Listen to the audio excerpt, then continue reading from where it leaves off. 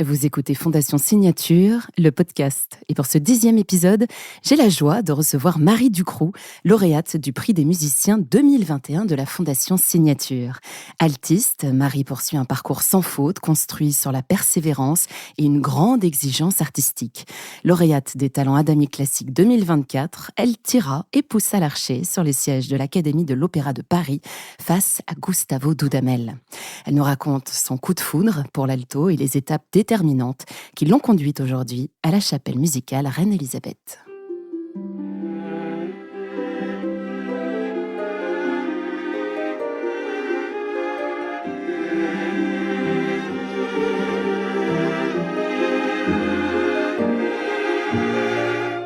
Bonjour Marie. Bonjour Julie. Marie, votre histoire musicale a débuté avec le violon. Et puis un soir, en regardant un concert à la télévision, Amireille Gross apparaît, alto à la main, et là, tout bascule. Racontez-nous. Tout à fait. Je suis née dans une famille de musiciens, donc très naturellement, en fait, le violon est venu à moi quand j'avais 3-4 ans, donc très tôt, un disque de Itzhak Perlman, La Ronde des Lutins, une affinité pour cette sonorité pétillante et brillante comme une enfant pourrait aimer. Et très vite, du coup, j'ai demandé à faire du violon. C'était vraiment une évidence pour moi à cet âge-là. Donc j'ai fait tout mon parcours comme violoniste. Tout s'est plutôt très bien passé. Et en effet, un soir, comme ça, à la télé, on regardait la chaîne Mezzo avec mon père. On adore regarder cette chaîne ensemble, regarder des concerts. Et ce soir-là, la concertante de Mozart avec Daikin Kashimoto au violon et Amireille Gross, que je ne connaissais pas, à l'alto. Le violon commence, magnifique. Rien à dire, c'est la sonorité que j'aime, que je connais. Puis l'alto. Et là, j'avais jamais entendu un son pareil. Jamais.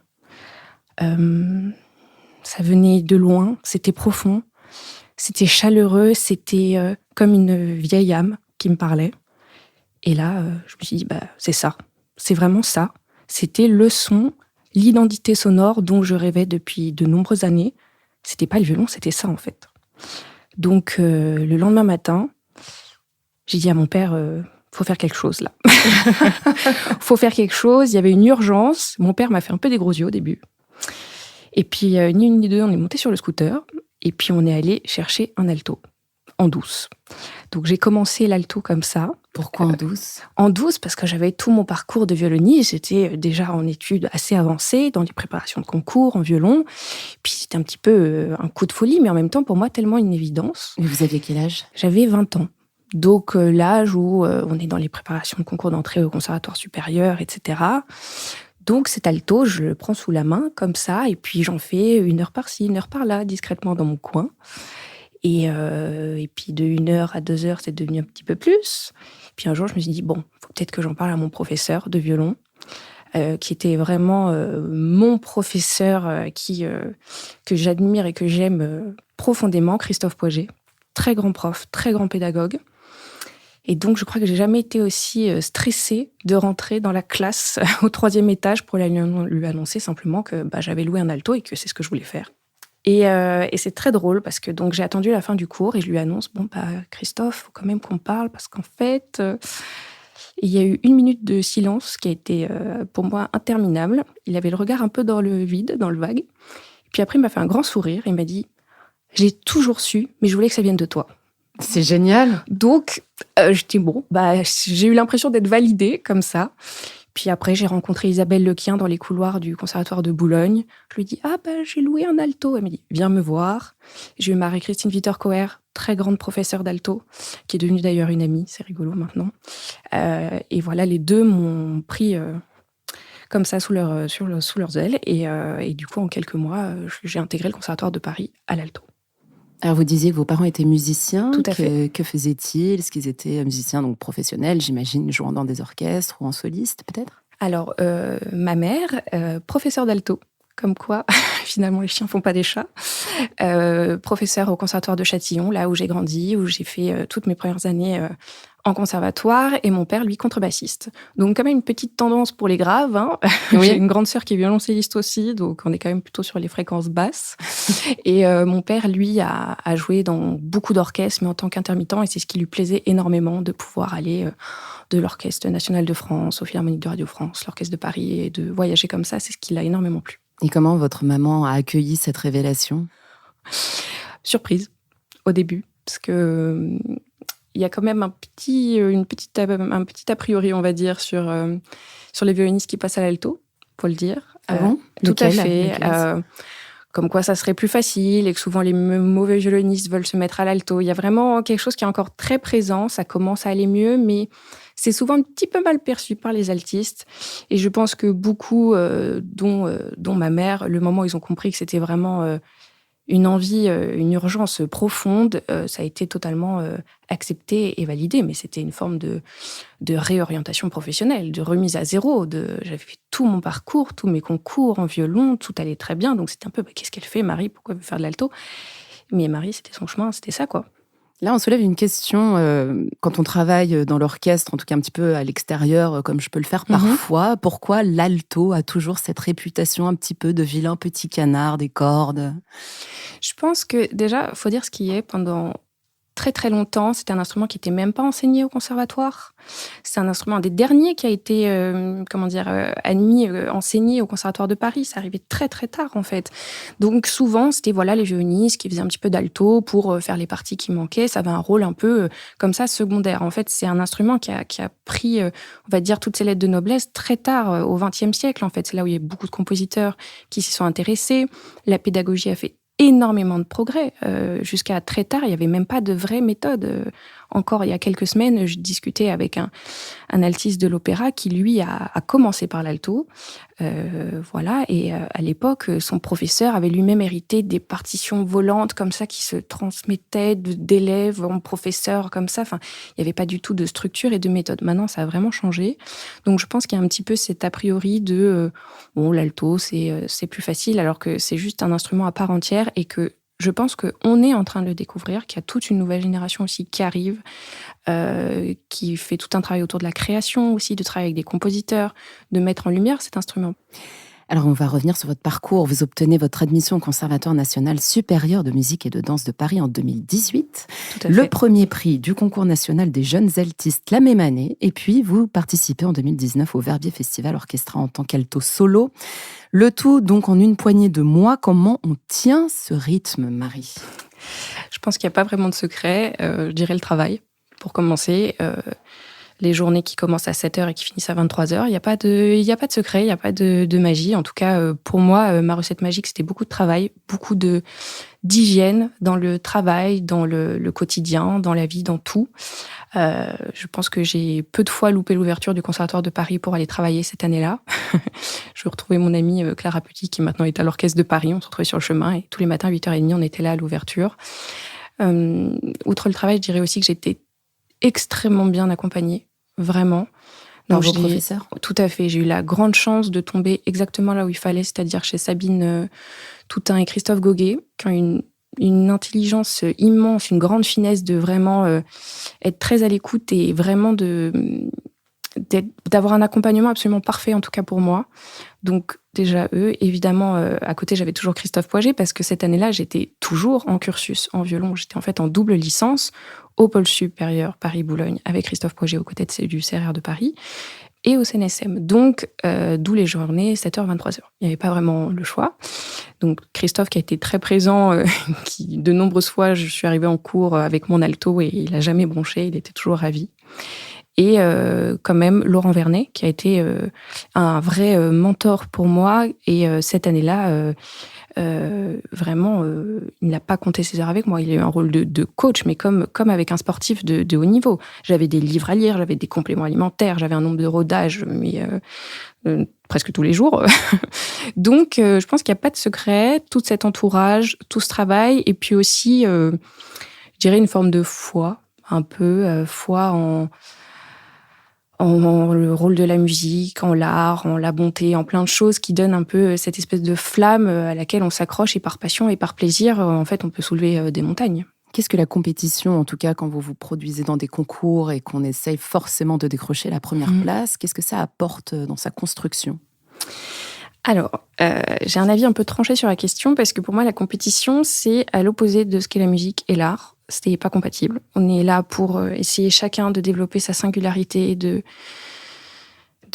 faire au mieux de ce qu'on peut. Donc, cet aspect très compétitif, c'est quelque chose vraiment où j'ai toujours essayé de le garder le plus loin de moi possible. Si je dois être en compétition, c'est avec moi-même et encore, j'aime pas voir les choses de cette façon-là. Certaines personnes ont besoin de cette compétition, de ce rapport aux autres pour donner le meilleur de soi-même, de cette adrénaline. Je pense que c'est propre à chacun. En tout cas, moi, j'essaye d'avoir un recul et le plus de bienveillance possible c'est redoutable en fait quand même quand on est jeune artiste, jeune étudiant, depuis nos plus jeunes âges, on est classé, il y a le premier, il y a le dernier, il y a le premier du concours, on est admis, on n'est pas admis, on est bon, on n'est pas bon, enfin c'est terrible, c'est absolument terrible. Ça dévore. Et c'est dramatique et j'ai un nombre d'amis qui ont extrêmement mal vécu tout ça. Voilà, c'est vraiment très complexe. En tout cas, moi j'essaye de me dire qu'il y a une place pour chacun, que chacun doit chercher son identité d'artiste, ce qui l'anime, ce qui le passionne, ce qui le fait vibrer, et il trouvera sa place et sa voix. Et courage à tous, parce que c'est terriblement compliqué de gérer tout ça. Alors, autre prix que vous avez remporté, car il faut en parler, vous avez remporté le prix des musiciens de la Fondation Signature en 2021, et puis vous avez participé au mois de septembre 2025 à la 2e édition du Festival Signature. Alors, que représente la Fondation dans votre trajectoire ? Alors, la Fondation Signature, elle est arrivée à un moment un peu particulier. Je venais juste, à la sortie du Covid, de rentrer à l'Académie de l'Opéra de Paris. Donc, passionnée par l'orchestre, par l'opéra. C'était quand même un rêve pour moi d'être là. Et puis, on était en sortie du Covid. Donc, peu de sessions d'orchestre. Mais ils nous ont fait faire énormément de musique de chambre. Et à ce moment-là, j'ai eu l'impression de découvrir quelque chose dont je m'étais jamais forcément autorisée à rêver, ni même à projeter. Et je me suis sentie extrêmement à ma place en faisant toute cette musique de chambre. Et donc, j'ai eu la sensation de trouver un peu ma voix. Et à ce moment-là, la Fondation Signature est arrivée pour me récompenser de ce prix, avec un jury merveilleux, évidemment, Natalia Smalto, pour qui j'ai une reconnaissance vraiment éternelle, Alexandre Tarot, avec qui je suis toujours en contact aujourd'hui, quand même, qui a presque un peu un mentor, avec qui encore, il y a quelques jours, on échangeait. Donc, c'était vraiment une reconnaissance de me dire, on est peut-être dans la bonne direction, peut-être que la musique de chambre, j'ai eu l'impression d'être entendue, en fait. Et du coup, j'ai vu ça comme un petit signe, de me dire que c'était peut-être le bon chemin à suivre. Ça a été évidemment beaucoup de reconnaissance. Ça a été aussi, il faut en parler, une aide concrète. La bourse m'a énormément aidée, parce que, il faut le dire, il y a une précarité étudiante dans le monde de la musique classique qui est absolument dramatique. Malgré toutes les aides qui peuvent exister, la musique classique, ça coûte très cher. Les études, changer de corde, avoir un instrument, aller passer les concours, prendre tel cours avec tel prof pour espérer rentrer dans sa classe, prendre un hôtel proche de la salle de concours. Et tout ça, la bourse de la Fondation Signature m'a vraiment apporté une bouffée d'oxygène énorme à un moment qui était un peu compliqué d'un point de vue matériel. Et ça m'a permis de refuser certains projets qui étaient seulement par nécessité alimentaire, faut le dire, pour préparer au mieux la suite. Donc ça m'a apporté beaucoup de, non seulement reconnaissance, de liberté et de sérénité. Et ça, c'était absolument précieux, essentiel. Et heureusement que des fondations comme ça existent pour soutenir les jeunes artistes. Et c'est rigolo parce que 4 ans après, je me retrouve à faire ce festival. Je suis toujours restée en contact avec Natalia et c'était vraiment des retrouvailles tellement sympathiques. C'était tellement dans une atmosphère chaleureuse dans ce magnifique jardin de la Tour Marliac. Et puis avec les 2 autres femmes artistes, Noura Ariadi et Maria-Miel Lamaga, c'était une rencontre formidable. Nous, on se connaissait un petit peu de loin, Maria-Miel pas du tout, et on a tellement rigolé, on a tellement apprécié passer du temps ensemble, à jouer ensemble. C'était vraiment un moment hors du temps, et c'est un souvenir précieux, et ça a créé des liens très forts en peu de temps, en fait. Donc la fondation a aussi pour vocation de faire participer toutes ces femmes artistes entre elles. Est-ce que pour vous, c'est une expérience assez rare justement dans le domaine musical qu'il y ait des institutions comme celle-ci qui font en sorte que les femmes se rencontrent et partagent ces moments artistiques? En fait, je trouve ça formidable parce que, en tout cas, pour Nour et Mariam, ce sont vraiment deux femmes que j'admire profondément. Ce sont des femmes qui savent ce qu'elles veulent, qui se bougent pour avoir ce qu'elles veulent. Enfin, elles ont un tempérament de feu, elles sont solaires et je trouve ça formidable que des fondations les mettent en lumière et les accompagnent.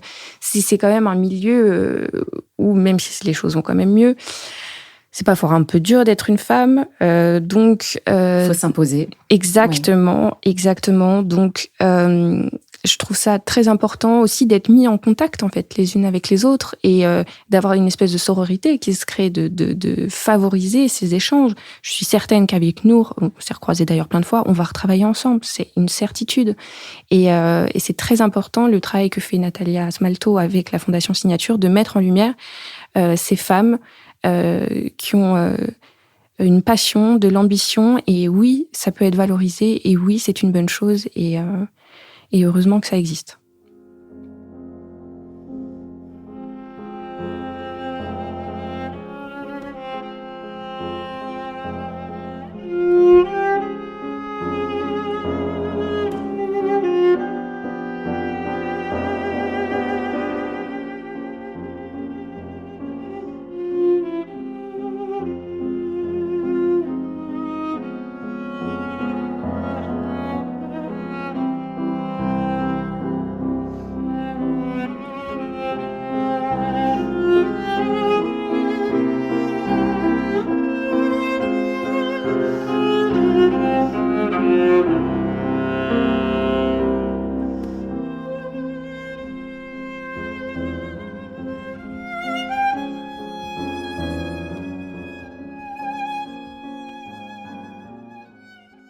Un extrait de l'élégie pour alto et piano d'Henri Vieuxtemps, interprété au piano par Josquin Autal et vous, Maria Larcher.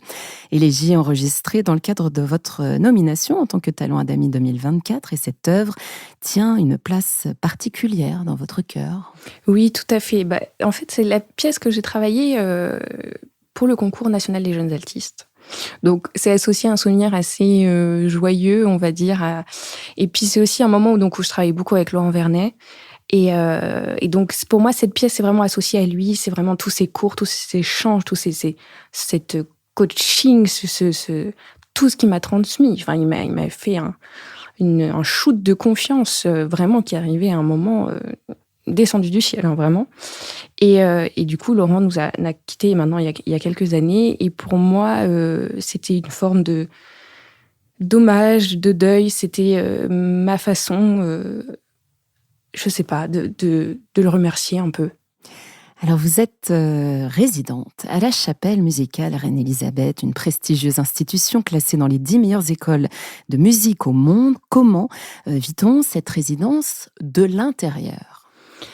Alors, la Chapelle, pour moi, c'est pas vraiment une école. C'est vraiment un lieu de résidence, un lieu hors du temps, un lieu assez magique, assez secret, au milieu de la forêt, à Waterloo, donc en Belgique. On voit les cerfs passer au loin. Il y a c'est vraiment un endroit très spécial, un endroit d'excellence et assez extraordinaire, en fait, faut dire les choses. Il y a une entraide entre les jeunes qui viennent du monde entier. Ça, c'est quand même assez formidable parce qu'en France... on a quand même tendance à rester en France, à travailler en France, à travailler avec des collègues français.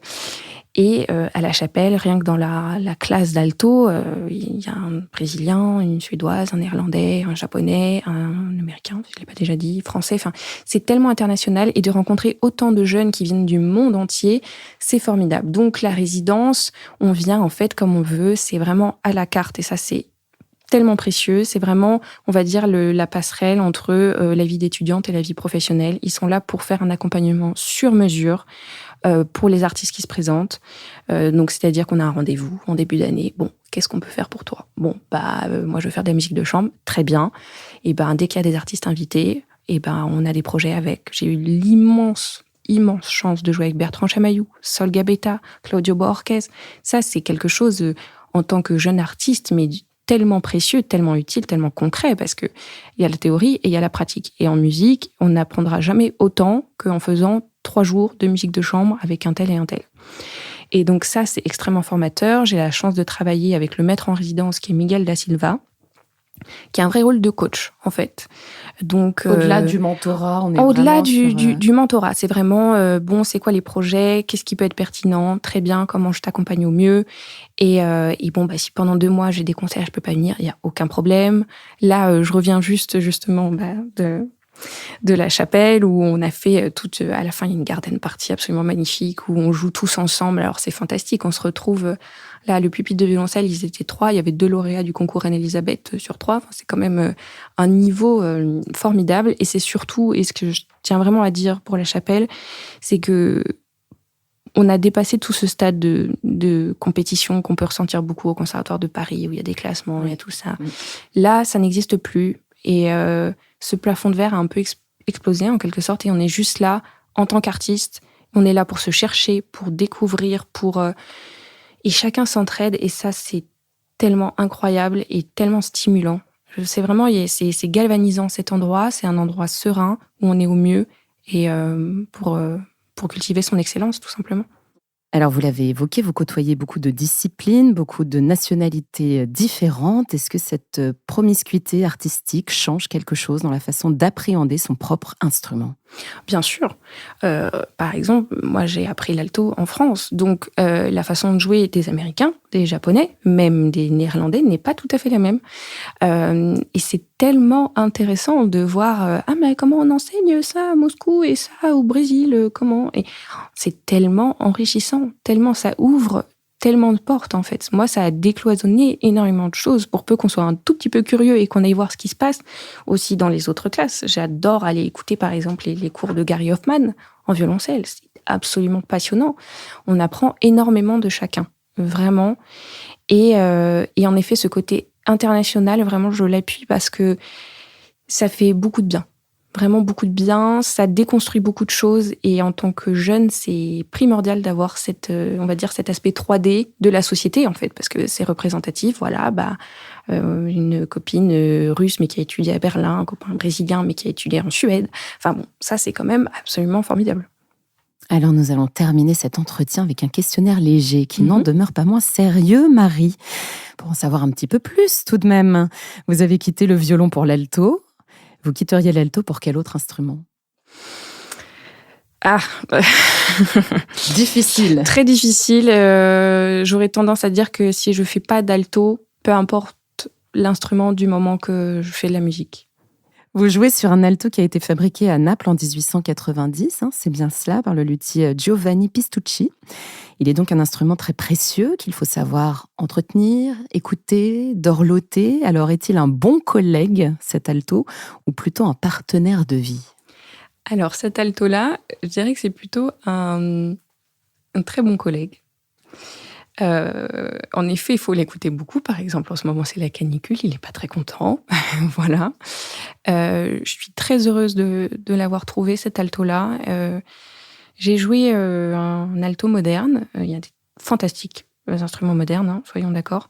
Pendant les quelques années où j'étais au Conservatoire de Paris, et j'étais un tout petit peu frustrée. Je trouvais pas l'identité sonore qui me correspondait. Donc, je me suis lancée à la recherche d'un instrument il y a déjà maintenant 4 ans. Et donc, j'ai trouvé cet alto-là grâce à quelqu'un que j'aime beaucoup qui s'appelle Pierre Carado. Et ça m'a vraiment permis de passer une marche, c'est-à-dire que tous les concerts avec la chapelle notamment, il faut dire ce qui est. Il y a un parc instrumental qui est fantastique, que ce soit des Guadagnini, des Stradivarius, des Ventrileurs. Et vraiment, cet alto m'a permis de faire tous ces projets-là en ayant ma voix et en étant en tout cas plus épanouie. Mais là, actuellement, je suis à la recherche d'un nouvel alto pour encore passer une petite marche. Donc, c'est en cours de projet. Vous allez le quitter ? Oui, mais on a un rapport... En fait, je pense qu'un instrument, ça peut vraiment être comme un enfant, comme un partenaire de vie. Et je pense que cet alto-là n'est pas mon partenaire de vie. Je pense que c'était un très bon collègue. On a une très bonne relation, on s'entend très bien. C'est tout à fait cordial. Mais je sais que mon alto m'attend quelque part. Enfin, qu'aimeriez-vous dire à un ou une future instrumentiste qui vous découvrirait comme vous avez découvert l'alto à la télé? Voilà, on a un enfant devant sa télé aussi qui découvre Marie Ducrou. Qu'est-ce qu'on pourrait lui dire pour le futur? C'est peut-être un peu cliché, mais de croire en ses rêves et de se donner les moyens d'y arriver et de se fier à son instinct. Je dirais vraiment de se fier à son instinct et que je pense que l'instinct, souvent, a raison et qu'il faut savoir s'écouter et faire les choses pour les bonnes raisons. Donc, croire en ses rêves et avoir la bonne motivation. Merci Marie. Merci Julie.